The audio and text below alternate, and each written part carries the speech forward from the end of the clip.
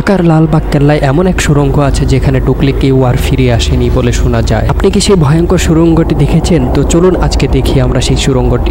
আসসালামু আলাইকুম ভিউয়ার্স, আমি এখন যেই জায়গাটিতে আছি এটি হচ্ছে লালবাগ কেল্লার গোপন সুড়ঙ্গের একটি রাস্তা। তো আপনাদেরকে আমি দেখাচ্ছি, দেখুন এই যে এটি সেই গেট। মোগল আমলে এই সুড়ঙ্গ নাকি তৈরি হয়েছিল রাজ পরিবারের পালানোর পথ হিসেবে। কেউ বলে সরাসরি যেত কেরানীগঞ্জের দিকে, আবার কেউ বলে পদ্মা নদী পর্যন্ত এই সুড়ঙ্গের পথ। কথিত আছে এক সময় সৈন্যরা শত্রুর হাত থেকে পালাতে এই পথ ব্যবহার করত, কিন্তু কেউ আর ফিরে আসেনি।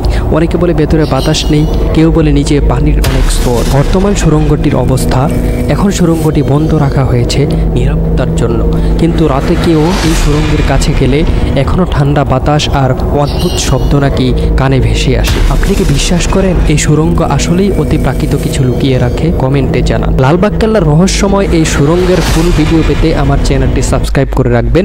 দেখা হবে পরের কোনো ব্লগ ভিডিওতে। ধন্যবাদ।